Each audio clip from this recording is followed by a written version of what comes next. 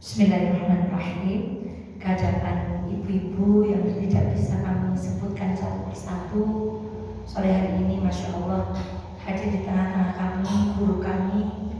Ketika kami sekolah SMP dulu, Bu Umi Salihah, beliau yang mengajarkan kami pelajaran PAI kalau zaman dulu dan bahasa Arab.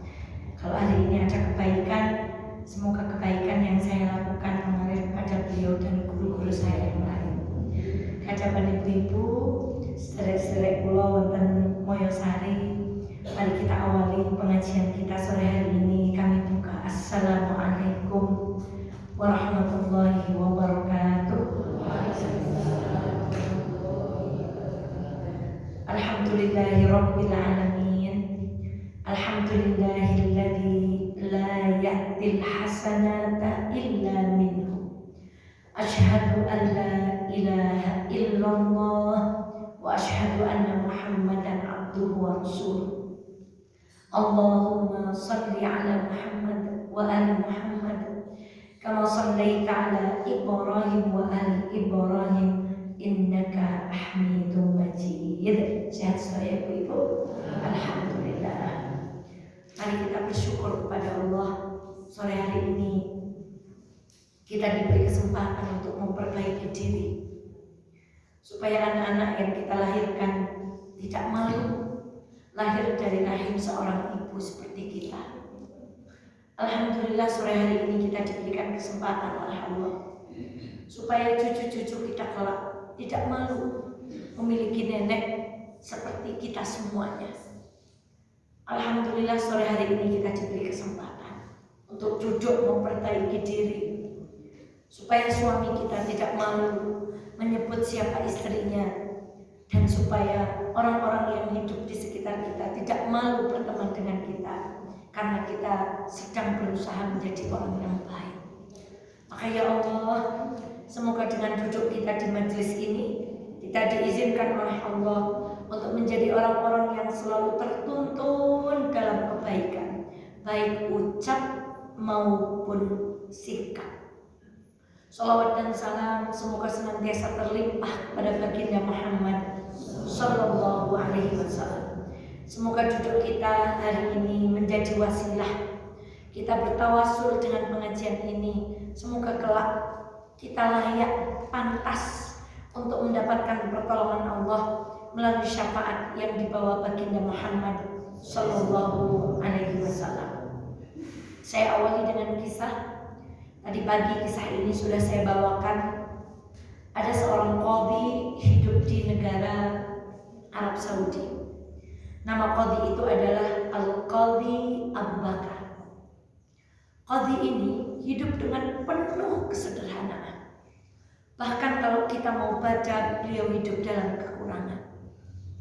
Suatu hari beliau merasa lapar, tidak ada makanan yang bisa dimakan dan tidak ada uang yang digunakan untuk membeli. Kemudian beliau keluar rumah. Lalu qadarullah beliau menemukan ada kain yang terjatuh. Ketika dibuka kain itu, didekati kain itu, ternyata isinya adalah kalung berlian. Wah, kalau kita umumnya lagi butuh kan nemu, tunggu menangi. Apa kata beliau? Demi Allah, ini bukan hak saya. Akan saya bawa pulang, lalu saya umumkan kepada siapapun siapa yang kehilangan barang itu untuk mengambilnya di tempat kami. Kemudian beliau pulang, disimpan kalung itu. Tiba-tiba ada seorang bapak-bapak datang mengaku bahwa itu kalungnya. Lalu Qadhi Abu Bakar mau diberi hadiah 500 dinar. Tetapi Qadhi Abu Bakar menolak. Boten, kula ya nemu niki kaya niki, lebar nemu niki nggih kula kahanane kudu padha kaya niki. Boten kersa nampi hadiah dari bapak ini. Maka kemudian bapak ini berdoa di dalam hati, ya Allah, aku tidak pernah menemukan pemuda sejujur pemuda ini. Maka satukanlah ia dengan keluargaku dengan apapun cara yang engkau kehendaki. Pulang laki-laki ini ke negaranya dan Qadhi Abu Bakar memutuskan diri untuk hijrah ke sebuah tempat. Ketika beliau menaiki kapal, qadarullah masya'a fa'al. Kapalnya itu terkena ombak, singkat cerita pecah, dan Qadhi Abu Bakar bergantung pada sebuah kayu sisa dari kapal itu dan terdampar di suatu tempat atau negara. Ketika beliau terdampar, sudah mulai sadar, sudah mulai tenang, penduduk setempat itu berkata, "Nampaknya engkau orang berilmu. Apakah engkau mampu membaca Al-Quran?" Qadhi Abu Bakar menjawab, "Iya, insya Allah." Kemudian penduduk di situ mengatakan, "Baiklah, ajarkan kepada kami bagaimana cara membaca Al-Quran." Ini luar biasa. Yang minta diajari siapa? Penduduknya. Kalau kita pengajian di mana-mana, penduduknya tetap tidak berangkat. Itu di benua Antartika. Lalu ketika diajarkan Quran, penduduk setempat melihat bahwa Qadhi Abu Bakar ini mampu menulis. Lalu mereka bertanya lagi, "Apakah engkau juga dianugerahkan Allah ilmu untuk menulis?" Kata Qadhi Abu Bakar, "Iya." "Maka ajarkan kepada kami bagaimana cara menulis." Lalu Qadhi Abu Bakar mengajarkan penduduk tersebut cara membaca Al-Quran, menulis, membaca kitab, dan semua perkara-perkara yang hubungannya dengan agama Islam. Saking bahagianya penduduk setempat ingin mencomblangkan Qadhi Abu Bakar dengan seorang gadis cantik di daerah itu. Maka tibalah saat nazar. Nazar itu melihat calon istri.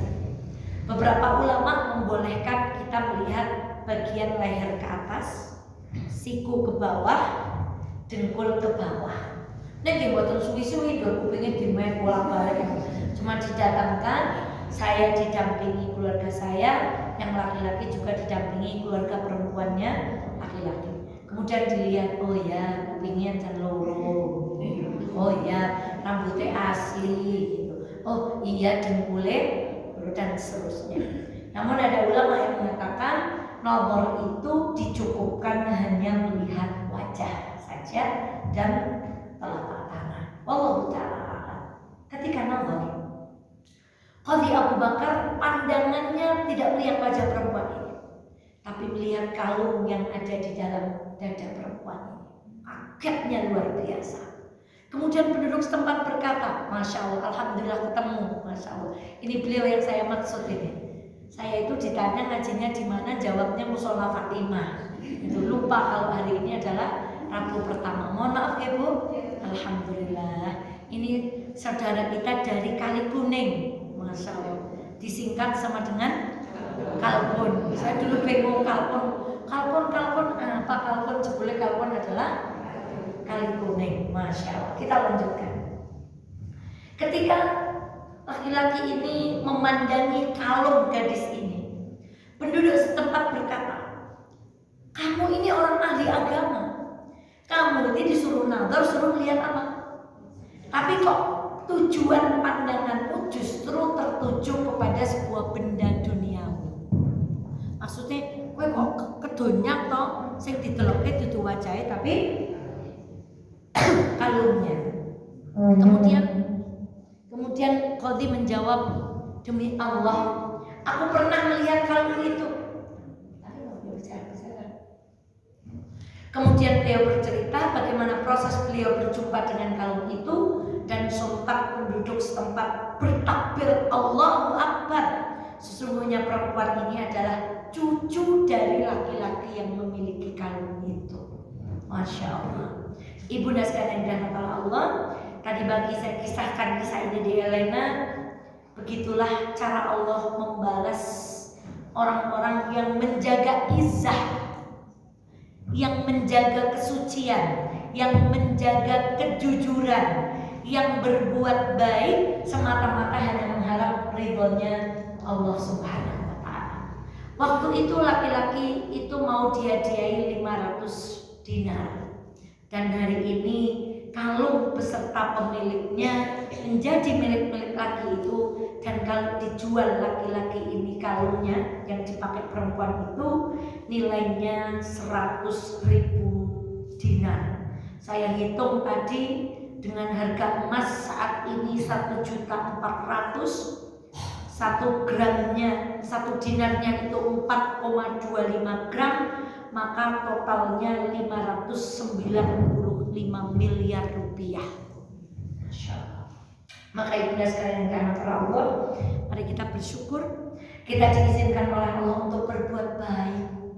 Perbuatan baik kita sore hari ini mungkin tidak akan mengantarkan kita kepada miliar-miliar, tapi kita yakin perbuatan baik kita hari ini akan mengantarkan kepada keridhaan dan kebaikan dalam kehidupan dunia dan akhirat. Baik, ibunda sekalian yang dirahmati Allah, kita akan melanjutkan buku yang mempelajari tentang sunnah-sunnah Nabi yang tidak berkaitan dengan waktu. Rabu sebelumnya kita belajar tentang jilat menjilatkan. Ini apa ngajinya dari jilat menjilatkan? Rabu kemarin lagi kita belajar tentang bagaimana salam. Dan di antara tanda hari kiamat, orang hanya mengucapkan salam kepada yang mereka kenal. Itu tanda hari kiamat. Hari ini insya Allah penulis membawakan bab selanjutnya dengan judul sunnah-sunnah dalam berpakaian dan berhias. Yang pertama yang beliau bahas adalah tentang hal yang berkaitan dengan tata cara memakai sandal. Tata cara memakai apa? Masya Allah. Alangkah indahnya agama ini. Jangankan ucapan, jangankan ibadah, memakai sandal saja diatur oleh Islam. Coba ibu yang bekerja di instansi, ibu yang bekerja di perusahaan, nggak ada paling banter pakai pantofel, hari Senin pakai sepatu hitam, kaos kaki, tapi tidak detail. Sebagaimana Islam mengatur bagaimana umatnya untuk mengikuti apa yang dilakukan oleh baginda Muhammad SAW. Pertama, at-tayammun, bukan tayammun, tapi belakangnya n. At-tayammun. Apa bu? Apa itu at-tayammun atau tayammun? Tayammun adalah mendahulukan kaki kanan ketika memakai sepatu atau sandal. Kemudian yang kedua, melepaskan dengan kaki kiri ketika melepas sandal. Bagi Islam ini bukan perkara yang sepele, Bu. Lah gerepah ya nguculi sandal gosekel kiwa oleh ganjaran. Kita berpikir selama ini ganjaran itu membaca Quran one day one juz, berinfak, bersedekah, berwakaf, sholat berjamaah, sholat duha, sholat lail, berpuasa Senin Kemis, lalu kita menyepelekan perkara-perkara yang kecil. Dalam Islam tidaklah besar kecuali berasal dari sesuatu yang kecil. Tidaklah menjadi kecil kalau kita mengagungkan itu, dan tidak ada sesuatu yang besar kalau kita meremehkan. Maka kalau kita mau mengimani sunnah, memakai sandal, bisa jadi Allah ridho karena kita ikhlas ittiba Rasul ketimbang berdirinya kita sholat tahajud atau sholat yang lain karena kita ingin dipuji manusia. Maka memakai sandal dengan kaki, melepasnya dengan kaki. Yang ketiga, tidak boleh memakai salah satu dari sandal. Kalau mau dipakai berarti kedua-duanya. Kemarin sudah kita singgung sedikit. Sekarang ada model sandal. Yang kanan warna biru, yang kiri warna. Islam tidak menyukai perkara yang nyeleneh. Ketika ditanya kenapa ya gak boleh berjalan dengan satu sandal atau engklek atau menggunakan sandal yang tidak sama warnanya, para ulama di antara An-Nawawi memakruhkan. Mengapa? Karena yang demikian tidak layak dilakukan oleh umatnya Rasulullah SAW. Umatnya Muhammad itu wibawa, umatnya Muhammad itu bersih, umatnya Muhammad itu rapi.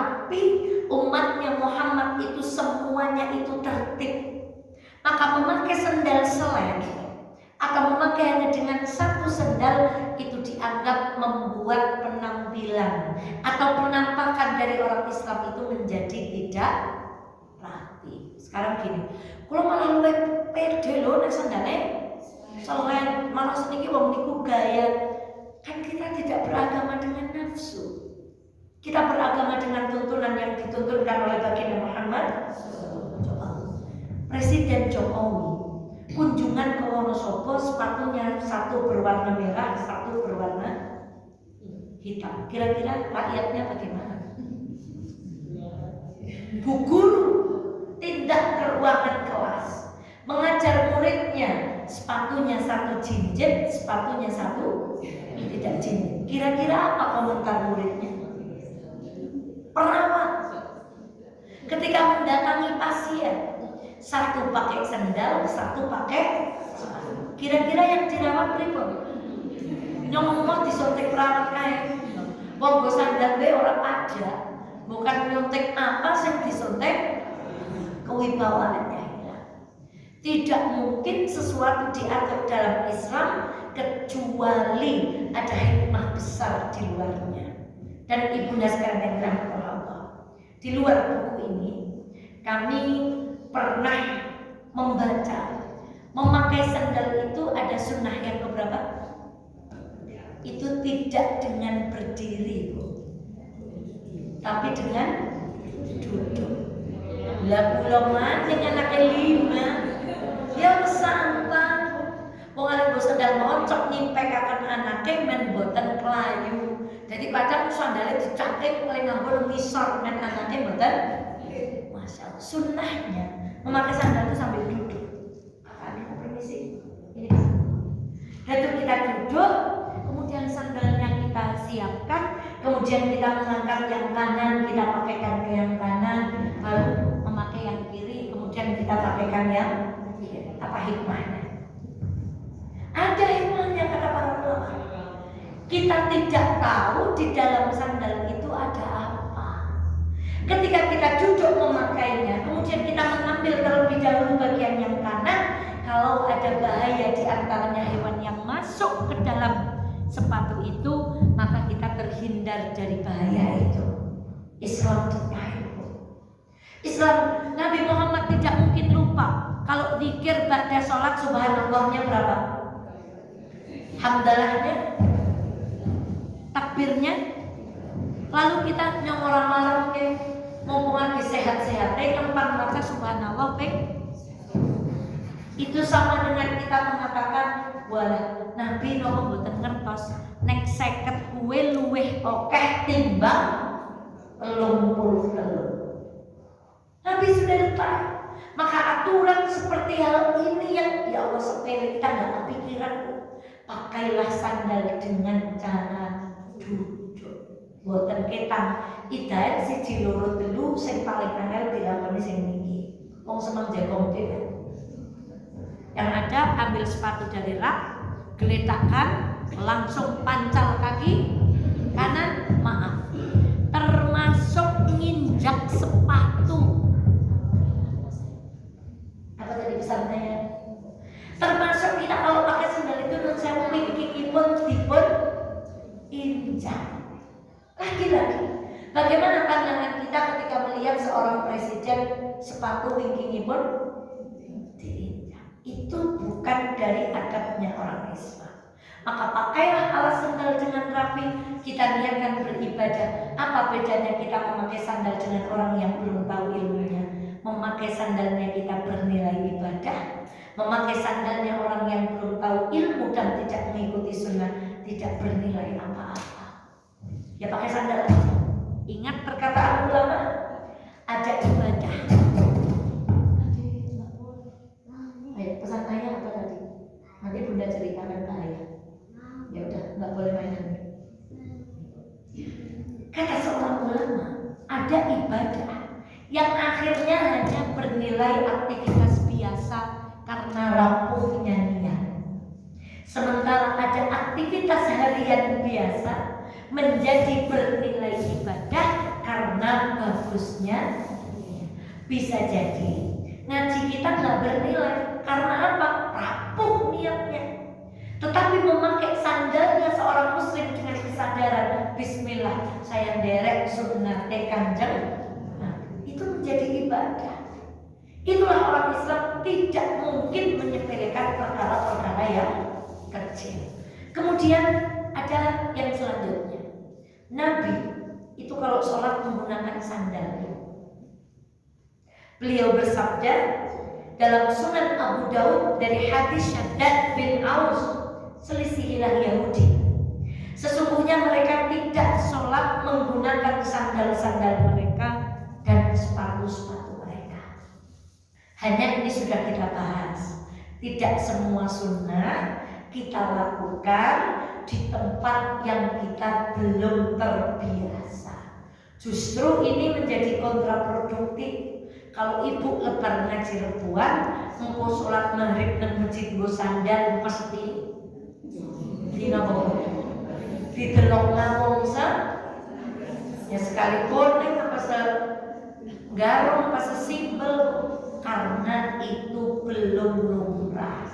Pun di Arab Saudi tidak ada orang masuk Masjidil Haram atau masuk Masjid Nabawi, ada beberapa yang tetap menggunakan sandal, tetapi umumnya dilepas karena tempatnya sudah bersih, sudah diganti nomor karpet dan seterusnya. Maka jangan heran ketika umroh ada orang tawaf tetap menggunakan alas kaki, sebab kita tahu ilmunya. Ya kan najis, satu langkah kena najis, langkah berikutnya membersihkan. Satu langkah kena najis, langkah berikutnya membersihkan. Maka pada dasarnya alas kaki itu suci. Makanya di dalam bab tayamum ketika kita manasik umrah atau haji, ada sebagian pendapat di kalangan Imam Syafi'i yang namanya tayamum itu harus dengan debu. Maka sekarang ada debu instan dijual, dibawa ke atas pesawat. Kalau debunya sudah disteril, sudah butirannya lembut-lembut, dan nanti persong gitu. Kemudian nanti debu itu akan kita tuang di papan yang sudah disiapkan oleh, kemudian digunakan untuk tayamum, untuk mengakomodir pendapat bahwa di pesawat itu tidak ada debu dan pesawat itu tidak mengandung unsur bumi. Karena di dalam Syafi'iynya yang namanya tayamum itu harus mengandung unsur bumi. Nempel debu di batu, nempel debu di pasir, nempel debu di tembok. Tembok ada unsur buminya, no?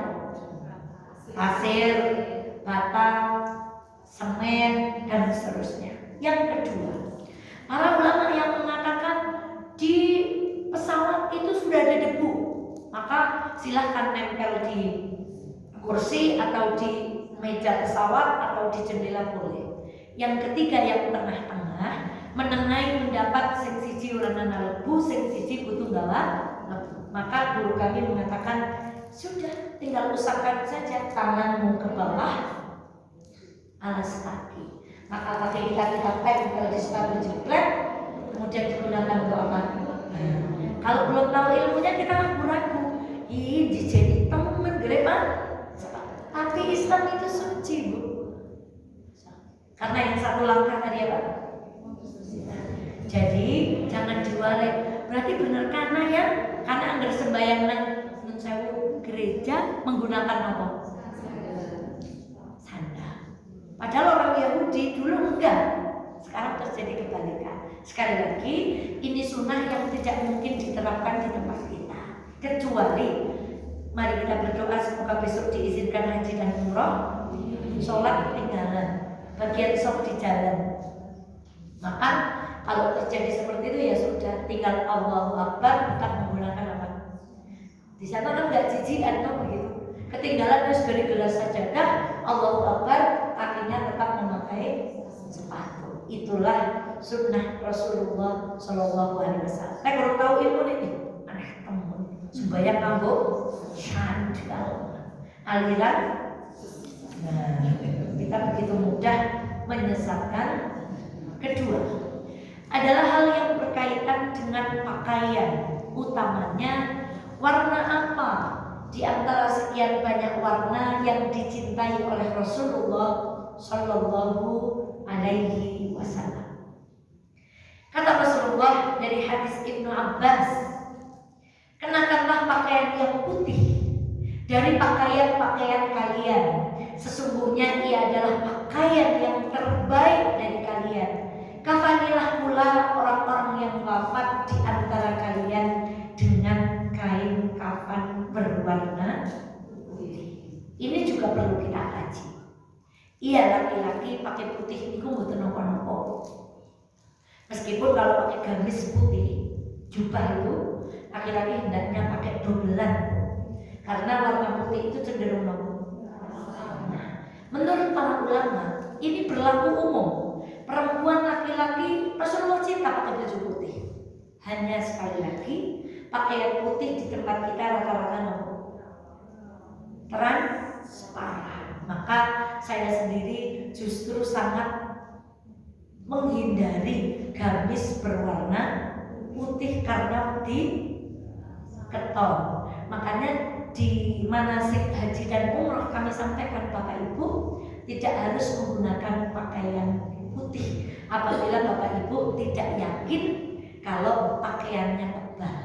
Yang menginginkan menggunakan pakaian putih, kami harapkan untuk memilih bahan yang tebal atau kalau tidak menggunakan dobelan. Maka betul sekarang kalau PNS, TNI seragamnya apa nih? Hitam, atasnya putih gelap. Nah, berarti Jokowi mengikuti sunnah Rasulullah Shallallahu Alaihi Wasallam dengan menerapkan semua pegawainya menggunakan pakaian. Jadi serius nih hadis ini, Masya Allah. Jadi luar biasa. Pas nih contohnya. Itu tentang warna. Adapun bolehkah perempuan menggunakan warna ini, warna itu, warna ini dan seterusnya, kita bahas di kemudian hari. Bolehkah perempuan memakai baju kembang-kembang? Singkat jawabannya boleh. Pada intinya prinsipnya perempuan itu jangan memakai warnanya boleh gelap, tapi modelnya mencolok tetap jadi perhatian.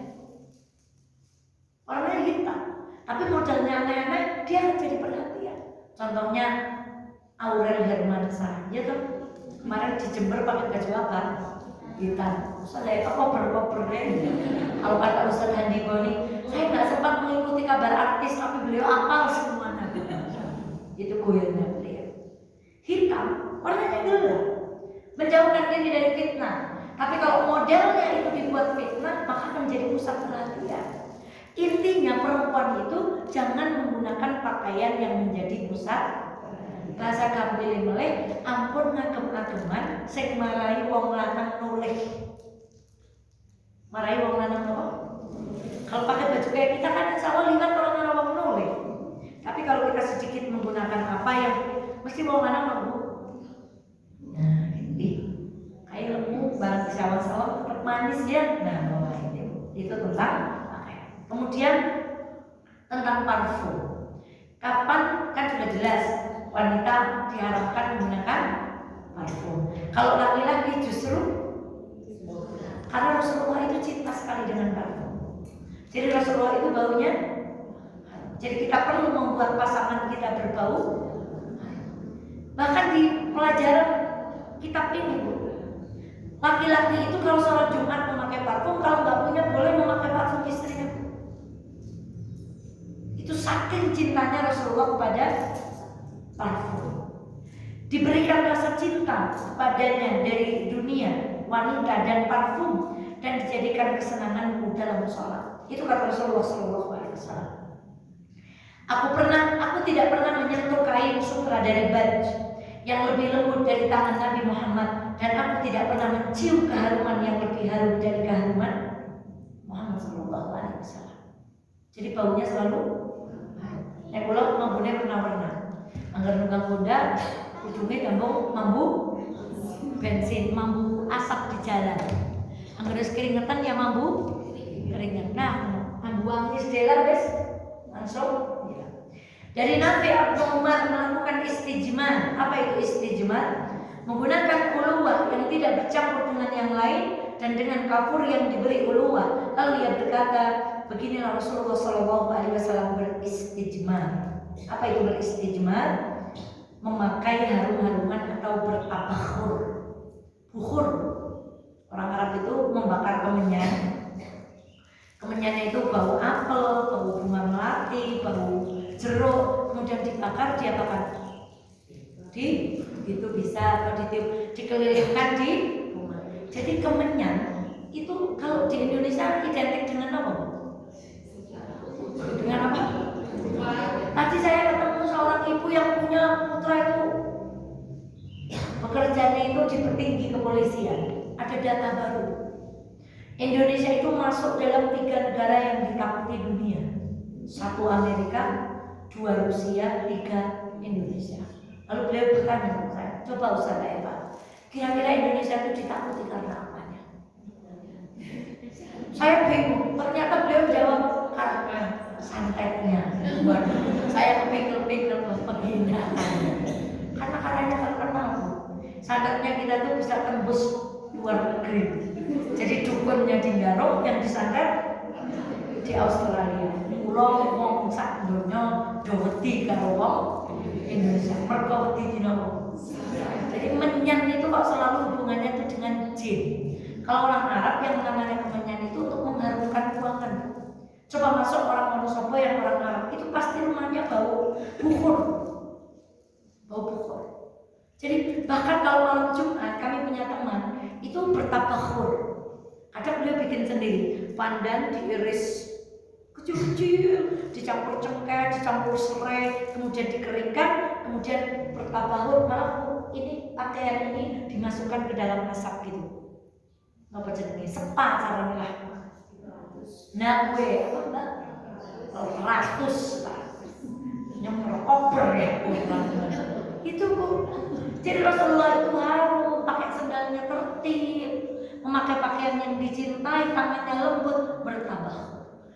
Nah, sekarang mau kita nggak pakai kemenyan ya beli Stella. Nah, boleh di toko Nanda, boleh di Asikman, kepala iklannya. Jadi bertabakhur itu Rasulullah SAW. Rasulullah sangat tidak suka jika mendapati dirinya bau yang tidak sedap. Maka di hadis yang lain, bahkan ketika kita makan bawang, Rasulullah itu memakruhkan kita untuk pergi ke masjid karena mengganggu. Kenapa bawang? Orang Arab suka bawang. Jadi yang namanya loncang, kalau kita kan dibuat makan sop, kalau mereka tuh lalap. Jadi loncang itu yang gedenya putihnya itu sampai daunnya, kemudian digunakan lalap sambil makan daging. Bawang putih semua masakannya melibatkan bawang bombay. Makanya hadisnya berkaitan dengan bawang. Dan dalam konteks Indonesia kita tidak terbiasa makan bawang, terbiasa makan jengkol dan pete. Maka yang makan jengkol dan pete kalau mau ke masjid harus berlaku yang lain gitu. Mensawu udah kulit malah sisinya gunai bebetong, kan itu jadi semuanya berlaku. Itu tentang parfum. Kapan disunahkan memakai? Pertama hari Jumat, khususnya buat siapa? Laki-laki. Maka pastikan kekasih kita, cintanya kita, masya Allah. Kalau mau sholat Jumat baunya harus kalau Mas Fatah itu hidungnya agak tidak bau gitu. Jadi Bun pakai parfum yang mana? Itu yang tutupnya kuning gitu. Saya menunjukkan itu parfum untuk laki-laki. Misalnya nggak ada, itu pakai parfum Bunda, itu baunya umum kok, bisa untuk laki-laki dan untuk perempuannya. Jadi kalau beli parfum nggak usah yang gender, ya, jadi yang netral aja, yang bisa dipakai bapak dan ibu, itu perempuan. Kemudian yang kedua, dipakai wanita saat suci dari haid. Ini kita juga jarang melakukan. Apa yang dilakukan oleh Rasulullah SAW melalui informasi Aisyah. Seorang wanita bertanya kepada Nabi tentang mandi setelah masa haidnya. Beliau menyuruhnya untuk mandi.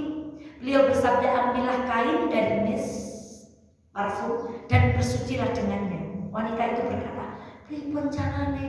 Beliau bersabda, bersucilah dengannya. Wanita itu berkata lagi, bagaimana? Ya Allah, bersucilah, kata Rasulullah SAW, karena yang nanya gak mudeng. Kemudian aku menariknya dan aku katakan, si Aisyah ini karena gemes, kan tadi gimana? Gimana ya Rasulullah? Ambil kapas, berikan kapas itu parfum, kemudian letakkan di mana? Di kemaluan perempuan yang selesai haid. Pripun Rasulullah? Sudah bersucilah dengannya. Pripun Rasulullah? Ya Allah, bersucilah. Saking gempungnya Aisyah, kemudian perempuan ini ditarik. Kata Aisyah, bersihkan dengannya bekas darah. Ini kita nggak melakukan.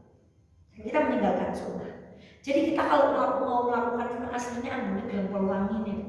Sekabeane, klambine wangi, umahe wangi, lenggo sandal rapi. Maaf, sampai Rasulullah sedetail ini menggunakan parfum.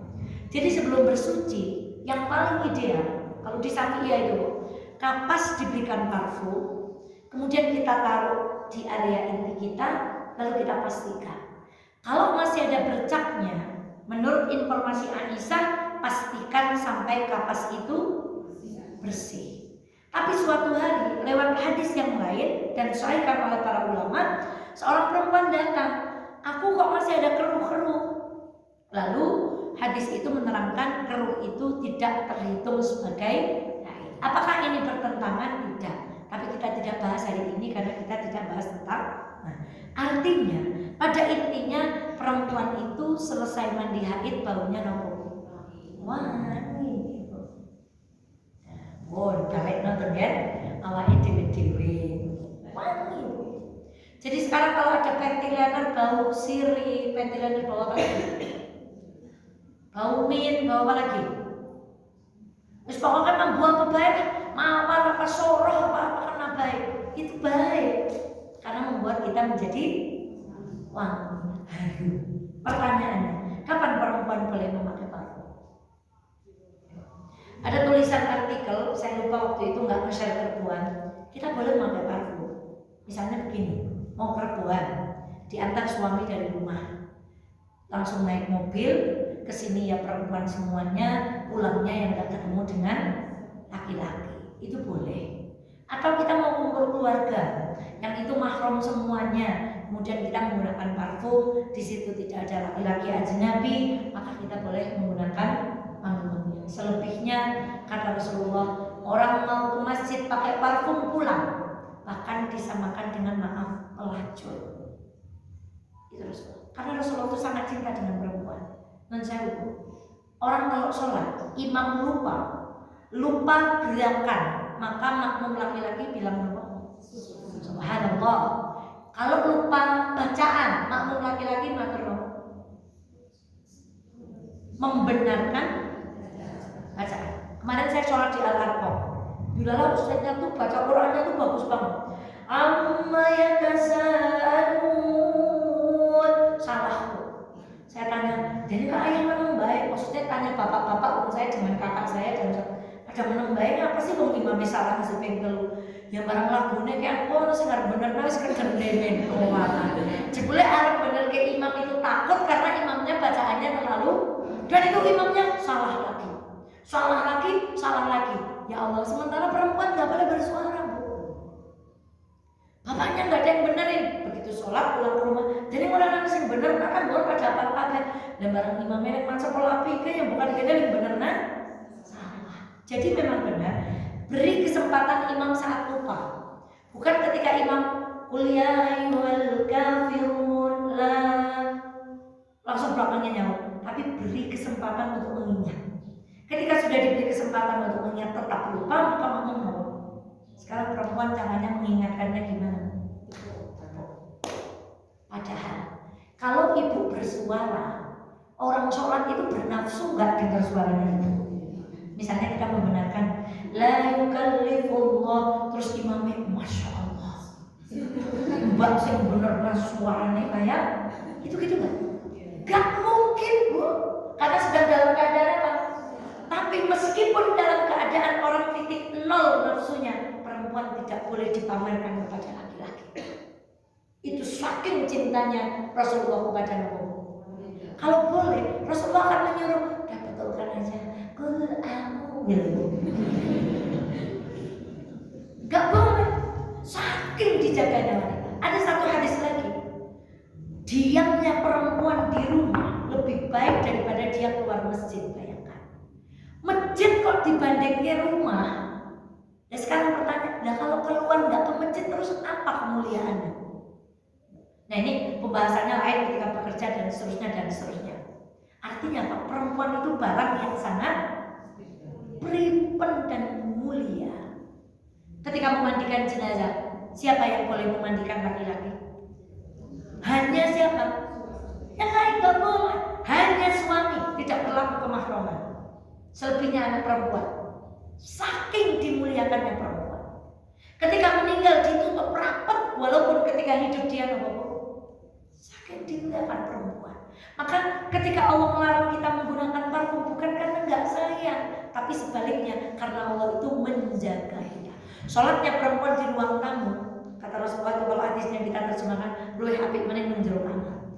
Nek nang jero kamar ana ruang rahasia kowe luwih maneh. Nek nang jero ruang rahasia kowe ana ruangan maneh, sholat di situ itu lebih baik. Gimana itu Rasulullah mencintai kita? Nah, anehnya perempuan sekarang, agama merimpan-merimpankan perempuan sekarang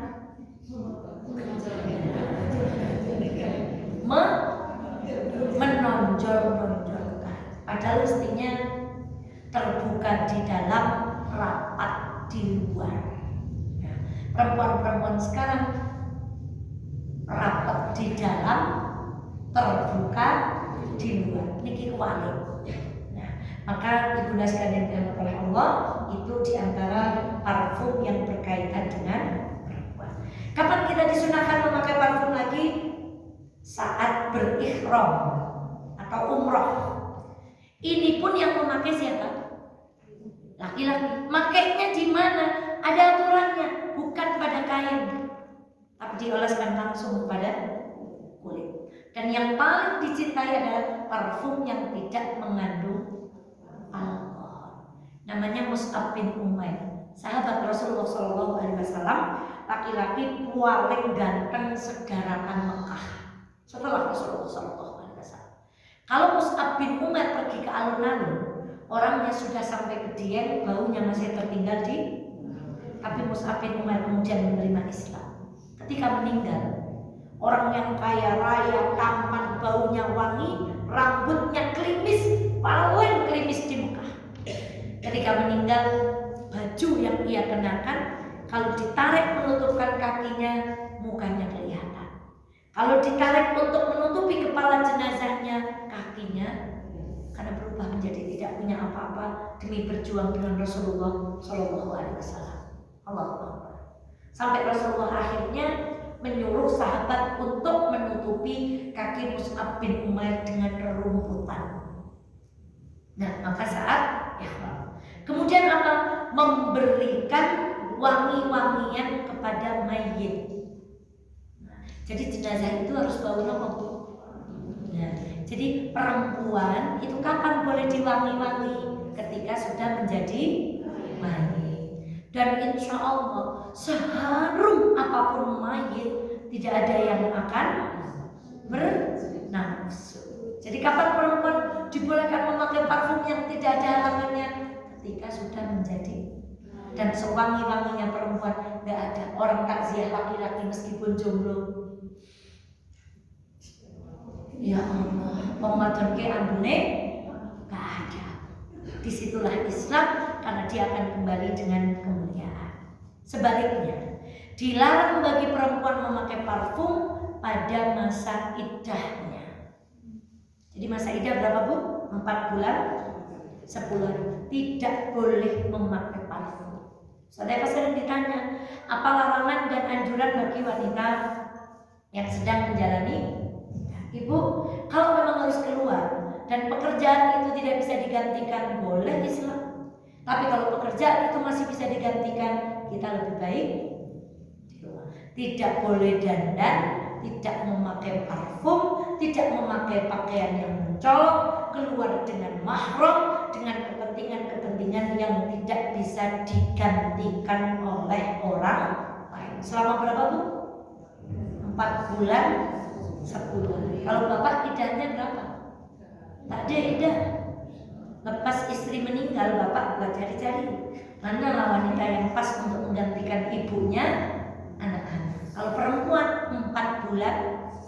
Setelah itu baru boleh menerima lamaran. Masya Allah. Ya betul, saya iri kalau mau melamar Bu. Masya Allah. Tadi kami di Elena itu belajar tentang rumah tangga. Masya Allah. Maka Ibunda sekalian yang dirahmati Allah, itu yang berkaitan dengan parfum. Sedikit lagi. Sekarang yang berkaitan dengan bersin dan menguap. Bersin dan menguap. Kalau kita bersin baca apa? Alhamdulillah. Lalu yang mendengar yarhamukallah. Lalu yang bersin mengucapkan apa lagi? Yahdikumullah. Di dalam matan yang lain ditambah wa yuslih balakum. Yahdikumullah wa yuslih balakum, atau mencukupkan dengan kalimat yahdikumullah. Kemudian ibunda sekalian dirahmati Allah, siapa yang harus kita doakan? Kita boleh menjawab orang bersin yang dia berdoa. Kalau dia nggak berdoa, kita nggak perlu jawab. Haji menang baik, ya kita diam aja. Karena dia nggak butuh doa. Begitu kita mendengar haji, alhamdulillah. Ada wahainya pengtiko, haji alhamdulillah. Lalu anak-anak saya diam aja. Baru saya bilang gini, bunda udah alhamdulillah kok nggak ada yang jawab. Itu karena kedekatan. Karena itu bukan orang lain. Tapi suatu saat kita di mobil haji, alhamdulillah. Wong liya pada menemukan kita yang nggak perlu. Orang pada kerumupan yang disini, alhamdulillah. Mungkin jangan langsung di, itu wong mending, omong teman misalnya dan seterusnya. Ibu, itu tentang bersih. Dan kalau lebih 3 kali, kita nggak perlu menjawab. Kadang kan bersihnya itu 4 atau 5 kali. Ketika flu itu selebih 3 kali kita sudah tidak disunahkan untuk menjawab. Sudah terwakilkan oleh jawaban yang pertama. Maka ibunda sekalian yang dirahmati Allah, ini sunnah. Ajarkan anak-anak kita haji, alhamdulillah. Karena dia belum bisa mengucapkan haji, kita juga yang baca yarhamukallah, haji yahdikum. Atau kalau cuma sekali suka tak borong, alhamdulillah yarhamukallah yahdikum. Maka kalau itu orang dekat kita, itu. Kalau kita kenal dekat, jangan kan bersin menenggai boleh. Tapi ketika kita bersama dengan orang asing, hati-hati, ini perkara sunnah. Jangan sampai menimbulkan fitnah gara-gara bersin teman kita tidak menjawab. Ibu, ada kisah bersin yang luar biasa. Kalau tidak salah ini adalah kisah seorang Imam Ahmad. Ketika beliau mau menaiki sebuah bahtera, si nahkoda ini sudah mau berangkat, tapi tiba-tiba ulama ini mendengar suara bersin, haji, yang bersin mengucapkan alhamdulillah, tapi tidak ada orang menjawab. Lalu kemudian imam ini memberikan uang 2 dinar kepada sang nahkoda. Saya tak izin, tak turun sebentar aja. Lalu kemudian sang imam turun, mendekati laki-laki yang bersin ini, kemudian mengucapkan kalimat yarhamukallah. Naik lagi. Malam harinya di kapal itu semua orang tertidur, dan mereka bermimpi ada seorang penumpang yang telah membeli surga dengan uang 2 dinar. Dicari siapa tadi orang yang memberikan uang dinar. Ketemulah imam ini yang memberikan uang kepada nahkoda untuk saya ojo makan dhisik, aku tak pipis gitu lah. Saya tak menemui orang. Lalu kemudian orang lain bertanya, apa yang kau lakukan dengan uang 2 dinar tadi? Sesungguhnya aku mendengar orang bersin, dia telah mengucapkan kalimat alhamdulillah, tetapi tidak ada satu orang pun yang menjawab kalimat bersinnya. Maka aku turun berharap aku mendapatkan pahala dari Allah dengan melaksanakan sunnah menjawab bersinnya. Dalam mimpi orang di kapal itu, dia masuk surga gara-gara menjawab. Tidak ada yang sepele dalam Islam. Kalau kita niatkan dengan tulus, dengan ittiba baginda Muhammad Sallallahu Alaihi Wasallam, disunnahkan tidak menjawab orang-orang yang bersin jika ia tidak mengucapkan alhamdulillah. Ya, karena dia tidak butuh doa. Masya Allah. Itu tentang bersin. Kemudian abu, ini in English is abu, atau bahasa Indonesianya bok ayu deh kayak apa? Jual di abu pampengan itu mesti nama bu. Walah, alam. Gubat kan kayak atas nopo. Jual di abu pak. apa? Turun kegantengannya sekian persen. Maka ibunda sekalian yang dirahmati Allah, dari Nabi Muhammad SAW, sesungguhnya Allah suka dengan bersih dan tidak suka dengan menguap. Allah remen kalian bersih, buatan remen kalian menguap. Jika seorang bersin dan memuji Allah, maka hak atas setiap muslim yang mendengarnya untuk menjawabnya dengan yarhamukallah. Adapun menguap, ia dari setan. Maka hendaknya seorang menahannya sekemampuan. Jika ia mengucapkan nguapnya kita sampai ada bunyinya, maka saat itu setan akan tertawa. Jadi gimana adabnya orang Islam menguap itu? Ditahan atau dengan menggunakan tangan. Itu tuh apa mereka masih betul? Di saat itulah setan terbakar. Jadi hari ini kita ilmui bersin Allah suka, nguap Allah gak suka. Maka karena Allah tidak suka, setan itu jadi suka. Dibersamai orang-orang yang nguap itu, yang gak mau nutup mulutnya. Masya Allah, saya kayaknya tahu kalau hewan itu ada mulutnya ribuan banget, itu namanya kudanil. Padahal saya kalau jalan-jalan di sungai ini gak pernah ketemu kudanil. Gak tahu tuh kudanil itu hidupnya di mana. Maka disebut dengan Nabi bersabda, jika salah seorang di antara kalian menguap, maka tutuplah mulutnya dengan tangannya, karena sesungguhnya setan dapat masuk. Melebu lewat nopo? Masya Allah. Adapun menguap, kata Ibnu Hajar, maka ia dari setan. Ibnu Battal berkata, menyandarkan menguap kepada setan maknanya setan senang jika melihat manusia menguap, karena dalam kondisi itu wajah manusia berubah. Lucu, rupanya tidak nopo. Maka setan senang. Jadi orang Islam itu harusnya ganteng, tertata, rapi, nguap aja diatur. Coba di perusahaan, di puskesmas ada aturan nguap? Tidak ada. Di sekolah-sekolah ibu yang ngajar ada aturan nguap? Tidak ada. Hanya di Islam ada aturan nguap. Maka ya Allah, coba perawat mau nyuntik, aja peleleh, kayak mestilah. Dokter mau nyuntik, gitu. Guru mau ngajar, Leni melayani, orang mau bayar PDAM, gitu di nguap itu ditahan. Masya Allah, itulah indahnya Islam. Masya Allah. Adapun kalau nguap itu ada yang a'udzubillahi minasyaitonirrajim, itu tidak ada dasarnya. Jadi kalau ibu mau tetap baca, jangan sandarkan kalimat itu kepada Rasulullah Shallallahu Alaihi Wasallam. Kita hanya anggap kalimat ta'awud tadi itu dzikir mutlak. Mati bang, wong kalingan setan dia a'udzubillah setan aja mlebu tutu eno. Lungkul-lungkul. Nah, idaen wong sing seneng ngomong eleng, ngenyek-ngenyek iku anggere bangun ora tau tutupi mulane lebone napa? Lebone setan. Kemudian sudah sore nih.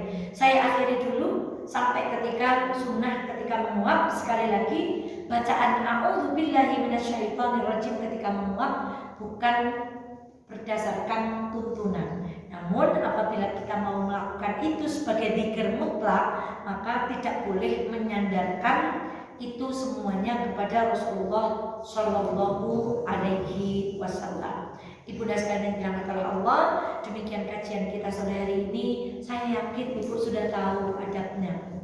Kita sudah belajar berkali-kali tentang ini dari banyak ustaz. Tapi insya Allah 1 titik 2 titik sore ini ada perkara baru yang kita dapatkan. Besok kalau nguap gimana bu? Ibu jamaah perempuan nguapnya nguap cantik. Nguap cantik itu gimana? Nah, ditutup dengan gitu ya Allah. Kan lucu banget tuh baru bangun tidur ada suaminya terus nguapnya cantik. Tapi kalau bangun tidur ada suaminya nguapnya ujungnya kayak kudanil. Ayo kita nguapnya nguap cantik. Bersihnya juga bersih cantik. Nah, kadang kalau sholat kita tuh refleks mau nahan. Nah, sesuatu yang refleks itu nggak bisa kita kendalikan. Karena misalnya kita kalau nguap itu ditahan. Kalau bersih juga haji, karena kita sudah terbiasa hamdalah. Kadang-kadang di batin kita alhamdulillah. Ya itu kan tidak bisa kita tolak. Maka diucapkan di dalam nopo. Nah, adapun nguap ketika sholat kalau ibu takut bergerak karena di Syafi'iyah itu kalau bergerak 3 kali membatalkan sholat. Maka nguapnya kali ini nggak nguap cantik, tapi nguapnya ditahan dengan. Dan biasanya nguap itu nular. Kenapa nguap nular? Kalau dalam ilmu kesehatan nguap itu karena kurang oksigen. Maka kalau satu kurang oksigen, dia otomatis di ruangan itu semuanya itu bukan ya Allah, maka ambe nular gitu. Karena otomatis dalam satu ruangan kadar oksigennya sama, mungkin kita dalam kelelahan yang sama, misalnya sholat ambil siji, tapi bedanya kita nguapnya cantik karena sudah tahu ilmunya. Becak pakai sendal kalian apa bu? Kalian ya Allah. Kalau bersin mengucapkan apa? Alhamdulillah. Kalau sudah haid pakai apa? Parfum. Rumah kita diapakan?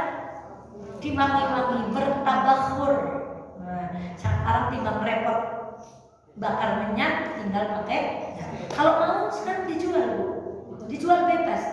Bukhur itu dijual. Mau wangi-wangi apa? Tapi kadang-kadang orang yang tidak terbiasa, jangan sih umaya bu, apa membakar minyak. Jangan bakar minyak yang buat udut ya bu. Nah nanti bakar rumah kita bau.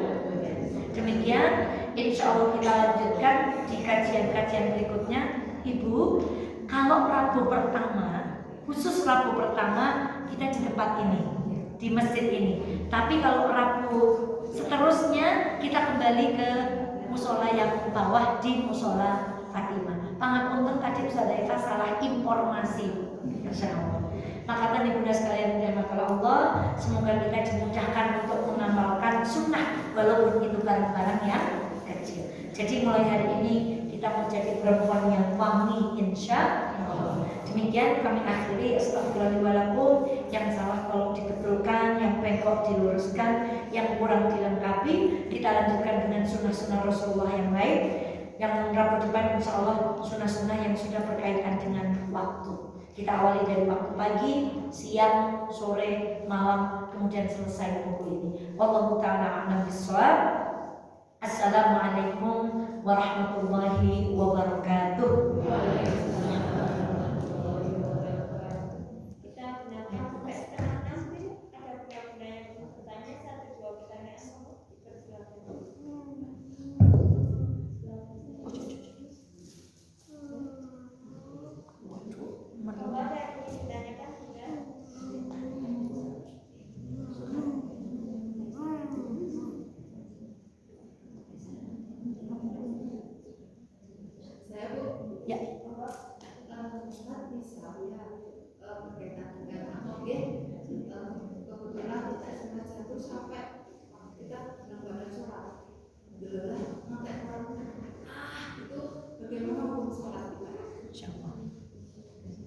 Ibunda sekalian yang dirahmati Allah, menguap tidak termasuk perkara yang membatalkan puasa.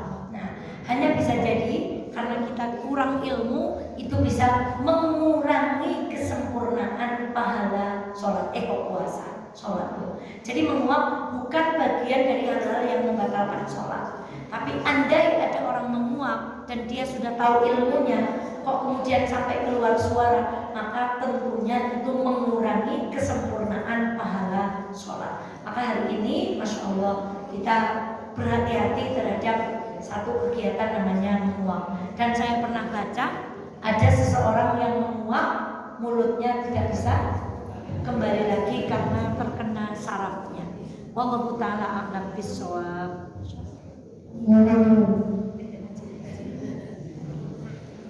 Satu lagi kalau sudah Ya.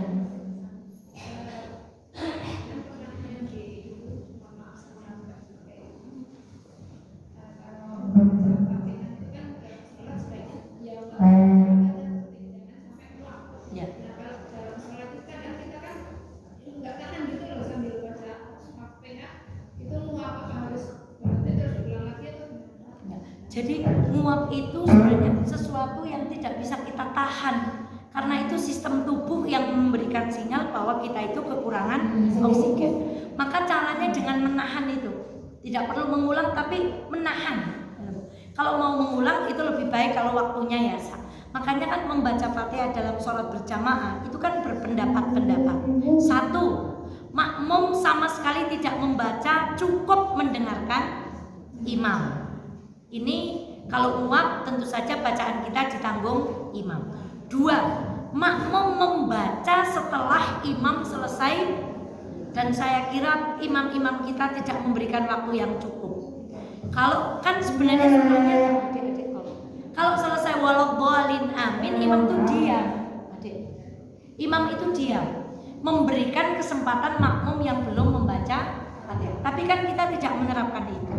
Yang ketiga, kemudian cukup mendengarkan tadi, atau yang ketiga membaca bersama-sama dengan imam. Sejatinya kalau kita sholat berjamaah, semua bacaan itu sudah ditanggung oleh imam. Maka pertanyaan Bu Denang tadi, apakah perlu mengulang? Tidak. Yang perlu kita lakukan menahan. Jika waktunya cukup, tentu kesempurnaan misalnya iya, kemudian nanti setelah selesai nguap kita iya mengejar bacaan imam. Nah itu, jadi yang paling bisa kita lakukan diantaranya adalah menahan dengan mengatupkan dua bibir supaya nguapnya itu tidak mengah. Karena menguap itu sesuatu yang tidak bisa kita tolak, nggak bisa. Itu sistem tubuh yang memberikan sinyal, kita tidak bisa menolak. Menguap sama seperti kita tidak bisa menolak bersin. Wallahu ta'ala alam bisawab. Jadi itulah indahnya sholat berjamaah. Ada kurang-kurangnya kita sudah bersama-sama ditanggung oleh imam. Jadi bacaan imam itu menjadi bacaan kita semuanya. Jadi nggak hafal Quran, mboten napa-napa, tapi ora apa-apa lah manut imame bae. Kenapa? Imam membaca surat apapun, kita kebagian bacaan itu, dan itu menjadi bagian bacaan kita. Wallahu ta'ala bishawab. Oh, itu jadi Sayang sekali waktu sudah sore dan